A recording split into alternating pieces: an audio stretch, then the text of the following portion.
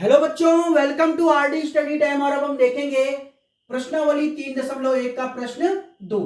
प्रश्न 2 है अनुपातों a1/a2, b1/b2 और c1/c2 की तुलना कर ज्ञात कीजिए कि निम्न समीकरण युग्म द्वारा निरूपित रेखाएं एक बिंदु पर प्रतिच्छेद करती हैं, समांतर हैं अथवा समपाती हैं। तो अनुपात a1/a2, b1/b2 और c1/c2 की करनी है हमने तुलना, और तुलना करने से हमें ज्ञात करना है कि जो रैखिक समीकरण युग्म हैं उनके द्वारा जो निरूपित रेखाएं हैं, जो रेखाएं उनके द्वारा बनेगी वो एक ही बिंदु पर प्रतिच्छेद करती हैं या समांतर हैं या समपाती हैं। अगर हमें रैखिक समीकरण का युग्म दिया है तो पहली वाली रैखिक समीकरण से a1, b1 और c1 ज्ञात हो जाते हैं। x का गुणांक a1, y का गुणांक b1 और जो कांस्टेंट है यानी नियत पद है वो c1।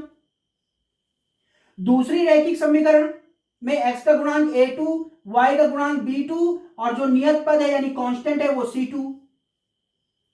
अब जब हमें a1, b1, c1, a2, b2, c2 मिल जाते हैं तो हम करते हैं इनका अनुपात, यानी a1 अनुपाते a2, b1 अनुपाते b2 और c1 अनुपात c2 ज्ञात कर लेते हैं। अब हम इनकी तुलना करते हैं। जब इनकी तुलना करेंगे तो अगर हमें मिलता है कि a1 भागा a2 बराबर नहीं है b1 भागा b2 के, a1/a2 अगर नॉट इक्वल टू है b1/b2 के, तो इनके द्वारा ये जो रैखिक समीकरण है इनके द्वारा प्रदर्शित होने वाली जो रेखाएं होती हैं वो किसी एक ही बिंदु पर प्रतिच्छेद करती हैं। देखिए इस तरह से तो आप देख रहे हैं कि अगर a1/a2 नॉट इक्वल आता है b1/b2 के, तो इन रैखिक समीकरणों के द्वारा प्रदर्शित होने वाली रेखाएं किसी एक ही बिंदु पर प्रतिच्छेद करती हैं। अगर किसी एक ही बिंदु पर प्रतिच्छेद करती हैं तो उनका केवल एक ही हल होगा। मैं आपको बता दूं, रेखाएं जितने बिंदुओं पर एक दूसरे को कट करती हैं या टच करती हैं, यानी कि एक दूसरे को काटती हैं या छूती हैं, तो जितने बिंदुओं पर एक दूसरे को काटती या छूती हैं उतने ही उसके हल होते हैं। यहां पे आप देखेंगे एक ही बिंदु पर ये एक दूसरे को काट रही हैं तो इसका केवल एक ही हल होगा। और जो ये रैखिक समीकरण का युग्म है वो होगा संगत। अगर उसका हल है तो संगत होगा और हल अगर नहीं होंगे तो असंगत होगा। तो उनके हल हैं, यहां केवल एक हल मिल रहा है तो उनका हल है तो वो होगी संगत। अगर a1/a2 यानी a1 भागा a2 बराबर आ जाता है b1 भागा b2 के और नहीं बराबर आता है c1 भागा b2 के, यानी a1/a2 इक्वल आता है b1/b2 के, नॉट इक्वल आता है c1/c2 के, तो रेखाएं होती हैं समांतर। इस तरह से रेखाएं समांतर होंगी ऐसे। अगर ये रेखाएं समांतर हैं तो ये किसी भी बिंदु पर एक दूसरे को नहीं काटेंगी और न ही एक दूसरे को कहीं पर छुएंगी, ना तो कट करेंगी ना ही टच करेंगी। तो जब ये कट और टच नहीं करेंगी तो इनका कोई भी हल नहीं होगा, इनका कोई भी हल नहीं होगा। और जब इनका कोई हल नहीं होगा तो ये जो रैखिक समीकरण है कैसे होंगे? असंगत। तीसरी स्थिति देखते हैं। अगर a1/a2 बराबर आ जाता है b1/b2 के और बराबर आ जाता है c1/c2 के, तो रेखाएं होती हैं संपाती। संपाती मींस अगर एक रेखा जो है दूसरी रेखा जस्ट उसके ऊपर आएगी, ऐसे दोनों रेखाएं एक के ऊपर एक जैसे देख रहे हैं आप, तो ये हो गया संपाती। अगर रेखाएं संपाती हैं तो आप देखेंगे ये हर बिंदु पर एक दूसरे को टच करेंगी, एक दूसरे को छुएंगी। ठीक है, हर बिंदु पर एक दूसरे को छुएंगी क्योंकि एक ऊपर एक है। तो उनके हल कैसे होंगे? इनके तो बहुत हल होंगे, अनेक हल होंगे, क्योंकि मैंने बोला कि जितने बिंदुओं पर ये एक दूसरे को टच या कट करती हैं उतने ही हल होते हैं। तो ये तो अनेक बिंदुओं पर एक दूसरे को टच करेंगी तो इसके अनेक हल होंगे। और अगर इसके अनेक हल होंगे, अगर इसके हल हैं, तो ये जो रैखिक समीकरण है ये होंगे संगत। तो देखते हैं पार्ट फर्स्ट। देखिए पहली जो रैखिक समीकरण है इससे हमें मिलेगा a1 b1 और c1, a1 b1 और c1।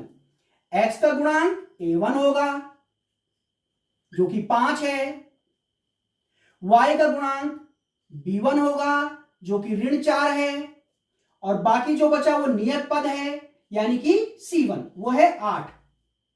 दूसरी जो रैखिक समीकरण है उसमें x का गुणांक a2 होगा जो कि 7 है, y का गुणांक b2 होगा जो कि 6 है, और बाकी जो नियत पद है वो होगा c2 ऋण 9। अब हम इनका अनुपात ज्ञात करेंगे। तो देखिए a1 अनुपाते a2, a1 5 है, a2 7 है, 5/7। b1 अनुपाते b2, b1 -4 है और b2 6 है, 2 दूनी 4, 2 तिहाई 6, कितना आ गया -2/3, ऋण 2/3। अब हम याद करेंगे बच्चों c1/c2, c1 कितना है 8, c2 है ऋण 9, तो हो गया ये ऋण 8/9। अब हम यहां देखेंगे, हम इनकी तुलना करेंगे, करिए तुलना। तो a1/a2 कितना आया बच्चों 5/7, b1/b2 कितना आया ऋण 2/3। क्या बच्चों ये बराबर है? नहीं है ये दोनों बराबर, तो यहीं पे रुक जाइए। हम देख रहे हैं कि a1/a2 बराबर नहीं है b1/b2 के। अगर ये बराबर आ जाते तब c1/c2 लाते।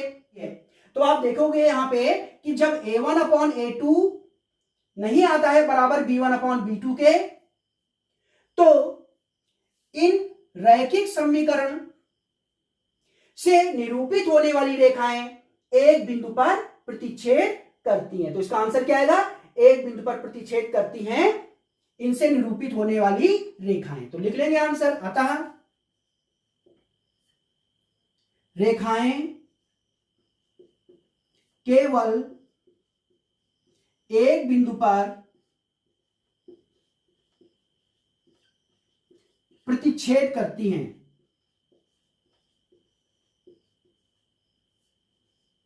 तो ये आ गया बच्चों इसका आंसर। अब हम देखेंगे अगला पार्ट। अब देखते हैं बच्चों पार्ट सेकेंड। तो सबसे पहले ये जो रैखिक समीकरण, पहली वाली रैखिक समीकरण है, यहां से a1 b1 और c1 लिख लो। a1 क्या होगा x का गुणांक 9, b1 क्या होगा y का गुणांक 3, c1 क्या होगा नियत पद जो कि 12 है, और दूसरी रैखिक समीकरण से हमें मिलेगा a2 x का गुणांक 18, b2 y का गुणांक 6 और c2 नियत पद यानी कांस्टेंट जो है पद वो है 24। अब हम इनका अनुपात ज्ञात करेंगे बच्चों। चलिए करिए। a1/a2 बच्चों कितना आएगा, a1 क्या है 9, a2 क्या है 18, 9/18, 9 एकम 9, 9 दूनी 18, कितना आया 1/2। चलिए ठीक है। b1/b2, b1 कितना है 3, b2 कितना है 6, 3 एकम 3, 3 दूनी 6, कितना मिला 1/2, ये भी आ गया 1/2। c1/c2 लाओ बच्चों, c1 कितना है 12, c2 कितना है 24, 12 एकम 12, 12 दूनी 24, ये भी मिल गया 1/2। अब इनको हम तुलना करेंगे, इनकी तुलना करेंगे, ये जो अनुपात हम लाए हैं ना इनकी तुलना करेंगे। तो देखेंगे a1/a2 कितना आया 1/2, b1/b2 कितना आया 1/2, c1/c2 कितना आया 1/2। a1/a2 बराबर आ रहा है b1/b2 बराबर आ रहा है c1/c2। तो आप देखो a1/a2 बराबर है b1/b2 बराबर है c1/c2। तो इनके द्वारा प्रदर्शित जो रेखाएं होंगी वो कैसी होंगी बच्चों, समपाती। ठीक है, तो लिख लेंगे आप इसका आंसर, अतः रेखाएं समपाती होंगी,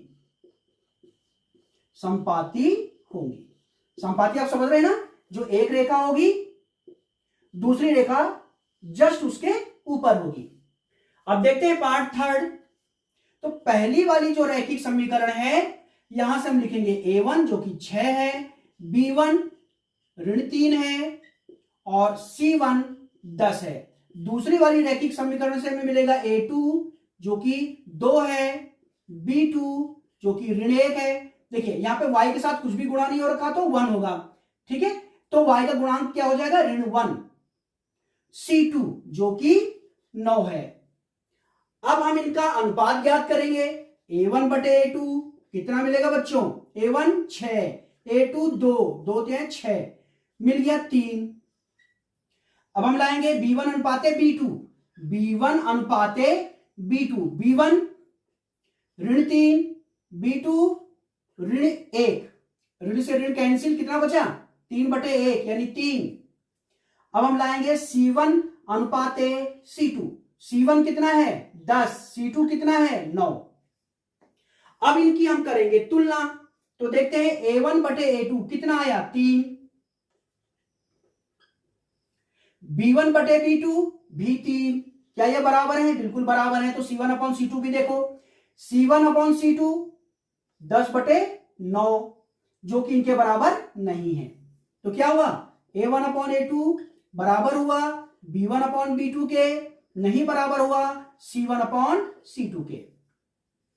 तो आप देखें a1 अपॉन a2 बराबर b1 अपॉन b2 और not equal to c1 upon c2। तो रेखाएं कैसी होती हैं, समांतर।